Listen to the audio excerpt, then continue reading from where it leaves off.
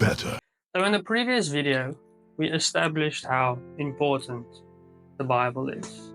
This amazing book we have here. We've established that it has come throughout the ages and it should not exist almost. That is how incredible it is. If you haven't watched that video yet, I really encourage you to watch it. It's a little bit long, so it might become a little bit boring, but the insight that you will gain is quite a lot. So we've established that it is a very important book. But when we look at the Bible, how do we actually study it? And how do we make sure that this obligation we have to do so in a manner that respects the authority in which it is written is held to? What we basically mean by this is when the author wrote the text, what is the thing, the meaning that they were actually trying to convey? And ultimately, what is it that God was actually trying to convey to the people of the time and then ultimately to us as well? And the way that we interpret that, if we interpret it as close as we can to the original meaning, it's called exegesis. This is the opposite of eisegesis, where we use our own subjective viewpoints to learn what the word says. So we will read a passage and then we will say, wow, this is so applicable to my life because I'm struggling with this, so this passage is made for me, or whatever. So we look at it through our subjective lenses, and it is difficult because we are human beings, so we will definitely do that. We will always be subjective. We can't 100% be objective, but to try and be as objective as possible is the goal here. So without trying to become too critical or political, when our interpretation is skewed, people often make new denominations and try and justify their belief or to prove a new doctrine. This is why we have so many denominations these days, and we cannot agree on many things as Christians. There's this big divide between us. The question then is, how do we interpret the Bible properly or carefully? The first thing we need to do is pray and ask the Lord to guide us to know His Word and to proclaim it properly. This is such a fundamental part of what it means to be Christian that it is quite shocking that we don't actually sit down and pray and ask the Lord to help us have sound biblical interpretation. After we've done that, and I'm going to continue hammering about prayer. Prayer is so fundamentally important. But after we've done that, there are 4 main headings that we will be discussing in this video. And they are vitally important to help us understand the text better. The first is the world of the text. The second is the world behind the text. The third is the world in front of the text. And finally, we have the world above the text. And this might sound quite strange to you, but this is actually how I was taught to do it. And at first, I was also like, what is this all about? So the world of the text. This refers to the actual words that were used and what they mean. This does not use any outside sources to establish the context. That comes afterwards. This step is for you to understand exactly what is being said and to ensure that you understand what is being said by looking at the meaning and the purpose of the words used. So reading the daily verse is great. It can mean a lot to you, and it can help you throughout the day, and perhaps you can even memorize it for the day. And it is far more beneficial and you will learn far more if you decide on a whole book or at least a chapter in the Bible. This will help you to truly understand the context within which this passage is written. Now, it might sound quite daunting to read a whole book in one sitting, but we can all easily scroll on our phone for 2 hours, or watch a movie for 2 hours, or read a fictional book or a novel for hours on end. So first, you have to evaluate how important is it really for you to learn and know God's Word. And after you've established that, then you can continue. So a good practice is to start with the smallest book and slowly work your way up there. This will keep you in practice, and it will help you to slowly build your own routine for yourself that you can follow. So we will make a video where we actually use these skills that we're going to discuss in this video, and then we can implement that into books, starting from a short book all the way to a much longer book eventually. So in this, the world of the text, the first thing you need to do is you need to understand what you're reading. You need to understand the narrative and the story. So if you've decided on a book, read the book and focus on the story. You should be able to tell me at the end of it, or someone else, what the core of this book is about in a few sentences. So if I ask you, what is Matthew about? Then you can say it starts with the intro of the lineage of Jesus, proving that he is truly the prophesied Messiah. Then it moves to his birth and how he got the disciples and how they followed him. After that, it shows all the miracles and ceremonies he did, the opposition he has from the Pharisees, how he dealt with them. Finally, it has his death, his resurrection, and ascension into heaven. Now, this is a very, very brief overview, but you get the idea. You should be able to just say, this is what the story is about. Boom, there you go. After you've done this, you now understand the story. So you can read it again, and this time make notes. So list all the major things that stand out to you, all the questions that you might have, and all the imagery that you pick up. So this can be certain words that are repeated, phrases, metaphors, parables, certain imagery and themes, all the places, all the people, and all the historical events that are important that you might think of. Now, you don't have to list all of them, and you probably won't even be able to list all of them because there are so many. But that's the cool thing about this, is if I read something now, then I can list certain things that stand out for me, and in a year's time from now, if I read it again, then different things will stand out. So that is the amazingness of the Bible, the ability that it has to teach us certain things in different points of our lives. And then we can go back and we can learn even more. The third thing then is to use different translations. So the Bible is a translation of the original Hebrew and Greek. So if you are only like us mere mortals that cannot read the Hebrew and Greek, then you have to use different translations. If you're not, well done. You can go ahead and just learn much easier.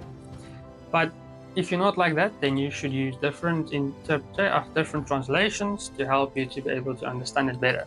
So there are certain translations that aim to have a specific impact, or a specific way that the words are used, or a specific way that the imagery is used. So a lexically accurate translation refers to staying as close as possible to the particular words used in the original language. Theoretically accurate refers to the attempt to accurately convey the persuasiveness of the message, or the persuasive form. So this is the impact, the tone, the structure, and the figure of speech, and how close the imagery is to the original text. And then another translation you can also use is just a readability translation. This is just, again, to help you to purely understand the text easier. So translators will weigh and give each of these three factors, will determine where each of these three factors are, and then place them on the translation triangle. So it will be somewhere over here on screen. So then you can use these three translations and you can gain insight into the different words that were used. And you can use a couple translations to try and understand why certain words were used by the certain translations. Now, the far better way is to obviously look at the original languages. And if you want to do this, then you can use a concordance. So Strong's Concordance is a very popular concordance that many people use. It works very well. And you can use that to find the root words of all the things that you have highlighted, all the imagery and everything we spoke about in the previous step. And you can then find the meaning of these words and the context within they were written. That is very important, the context. An important thing to note is that we are trying to understand the cultural context within these words, with where these words were used in. Certain words are used because the author knew the reader would know what they meant, but we don't understand the culture, so we don't necessarily know what they mean. This is where it becomes important to understand the root words, and therefore you can start digging for what they mean in different cultures. For instance, if I was to write today something about the fear of someone coughing during the COVID pandemic, we will all understand what we mean by that. I'm sure you've seen some funny videos where people are coughing and then everybody else ran away. Would you like a receipt? Yes. Corona time. Ma'am, your receipt. So we understand the context, but in 1,000 years from now, if someone reads someone coughing, they might just take it at face value as someone coughing and being sick. Because we understand the cultural context, we understand what we mean when we say things like iPod Kid. Model. or skipping the video ad like a reflex. Like, we understand what we mean when we say that, or what we mean when we say you've been rickrolled. But future generations won't understand that, and will need to research to understand what we mean, the lingo that we are using, all these types of things. So that same way, we need to research to be able to understand that time period and the cultural context in that. Next is understanding difference in writing. So you get many different writings in the Bible. You get some that is historical, others are narrative, some are poetic, and others are apocalyptic or prophetic. It's important to keep this in your mind and to keep this in the back of your mind so that you know when to take things literally and figuratively and prophetically and all these types of things. Because that is also another reason why interpretation is so skewed sometimes. Is something is meant literally and we take it figuratively, or something is meant figuratively and we take it literally, and vice versa. Okay, so that is the world of the text. Next, we have the world behind the text. So this refers to the time in history, as well as all the things that happened in that time and place. This includes the people of the time and how they play a role in our understanding of the text. So this is asking yourself certain questions where you should answer these questions, and in answering these questions, you will get more context. So you can ask yourself many different questions. Who is the author? Why is it important that we know who the author is? Because if we know who the author is, then we might know why God chose that person to write that specific piece. Or if we know who the author is, then we might know how the recipients of that text actually, what's the English word here? How they reacted to the author. So if we take, for instance, Luke as an author, he was not a Jew, he was a Gentile. So many times when we look at some of the texts that were written, they were written from Jewish perspectives. So the Jews of that time would then take that text as authoritative or important. But Luke was not a Jew, so perhaps Gentiles that read his works were able to find more comfort in what he was saying because he was like them. So it's important to know who the author is. It's also important, the next question you can ask yourself is, what time is the text written in? This can help you to understand people that are in charge, which are later questions. Or when it is written, what is there war going on? Is there famine going on? How do the people look like in that specific time? Where is it written is another question you can ask yourself. Maybe Paul wrote these last letters while he was in prison. So maybe his state of mind was, this is my final things I'm going to write. So that is another important question you can ask. To who is it written? We can start to understand why specific things are said, like Paul writing to some of the churches and some of the things that he is telling them to do or not to do. So then we can look at who are these people that we're actually talking about in this book. What are they doing that is so wrong and that the author deems it necessary to write to them? Why is it written to them? That's another question you can ask. We've already sort of answered that. What is the main message that the author and ultimately God is trying to convey? So this is a very important question, because then you can start to look into your own life of what is the things that the author is trying to say and ultimately God in your life. And then another important question, this is more applicable in the Old Testament, is how do we see Jesus in the message?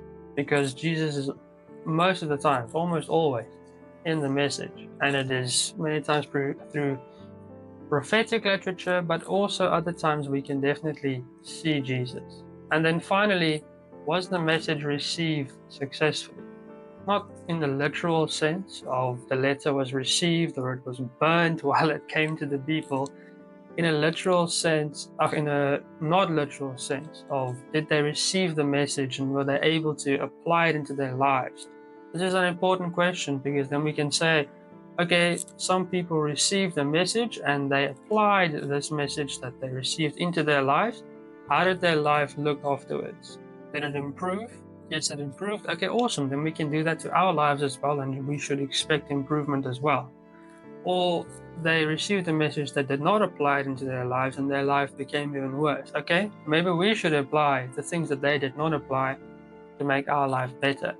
So this is all the world behind the text, and this will help you to understand the context. Constantly hammering on the context. You should understand the context, because if you understand the context, and your interpretation is going to be so much easier. Next, we have the world above the text.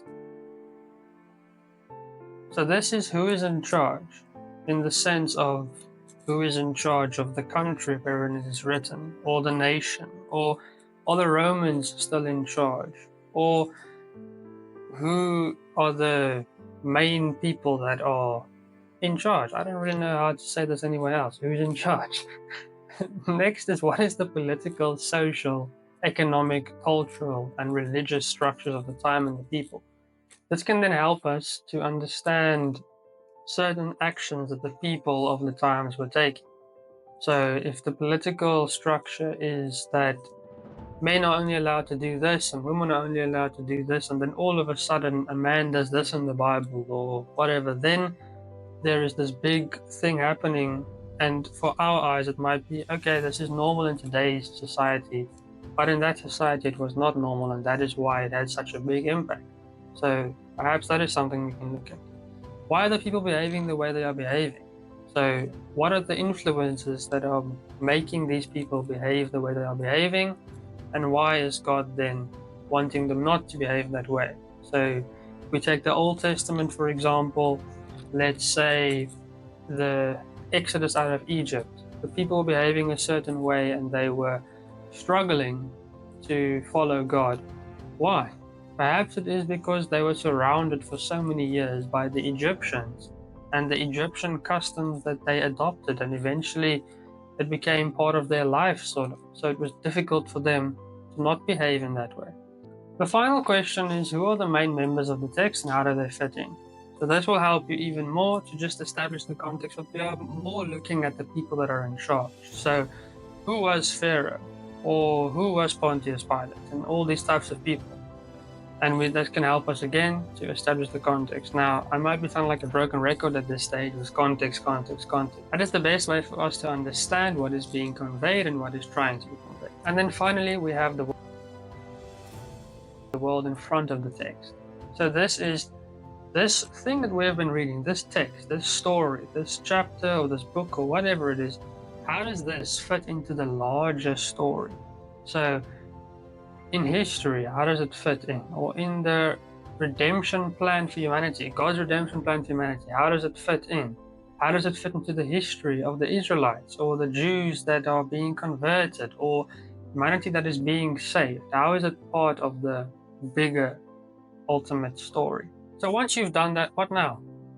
Now you have all of this knowledge. You have been a detective that has been looking at all of this knowledge and piecing all the puzzle pieces together to establish who these people are and why they're written to, and you have all these questions, and hopefully you have many more answers than questions at this point. Now you can go verse by verse and understand the words that were used, the context wherein they were used, and why the Lord deemed them to be used. Now you can learn the things that the Lord wants you to learn at this stage of your life. Study the people, the places, the dates mentioned in each verse, and unwrap each verse as much as you want, and dive as deep as you want, and just soak up the word. So when you're done with this exercise, and it is quite a daunting exercise, it will take you quite a while, but this is not a once-off thing that you should be doing. This is every day I'm going to spend 30 minutes doing this, or an hour, or every second day, or whatever. You can make up your own routine, but this is a process that continues, and eventually you will have done one book, and then you can carry on to the next book. So once you've done all this, ask yourself, what are the lessons that you have learned? What has been revealed to you about God's character? And very importantly, are there contradictions or things that are out of place? So if you've learned a specific thing, or you think you've learned a specific idea, is it contradicting the character of God that you already know? Because if it is contradicting the character of God, it's wrong. Because God's character cannot contradict itself. And this is very, very important to help you to understand whether the things that you are learning, if they are actually sound and biblical or if they are not. So unfortunately my microphone died, so I have to record this section again. So we left off where we said if the character of God is contradicting, then your interpretation is probably not sound. The next question you can then ask yourself is, what are the things that you should be doing that you are not doing? And also, what are the things that you are not doing, which you should be doing? All of these different things, you should pray about these things, because these are the things I believe that God wants you to know. And it is these types of things that we should be praying about and implementing in our lives to help our lives improve. And if you're a pastor, then these are the things that you should be preaching about in a manner that is easy for other people, for your audience or your congregation to be able to understand. And after that, you've pretty much done everything you can do. But if you would like to go even further, then you could look at different theologians' interpretations of these ideas that you have.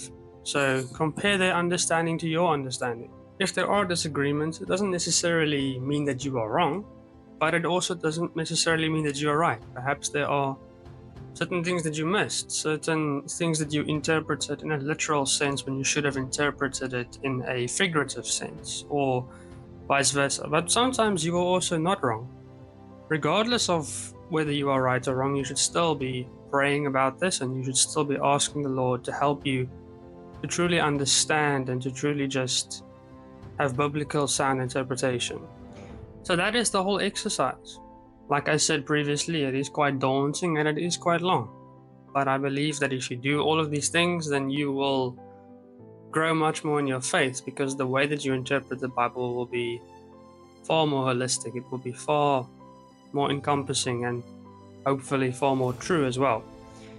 But there are different ways to interpret the Bible. There are various different methods that are used, and many of them are right. There's no concrete way, this is how you have to do it, and if you don't do it this way, then you are wrong. So share the way that you interpret the Bible. Share your Bible study method, and perhaps you can help others as well in the comment section. If there's anything else that you would like me to discuss in the future, you can also leave that in the comments, and I will definitely look at that and appreciate that a lot. And I will see you in the next video.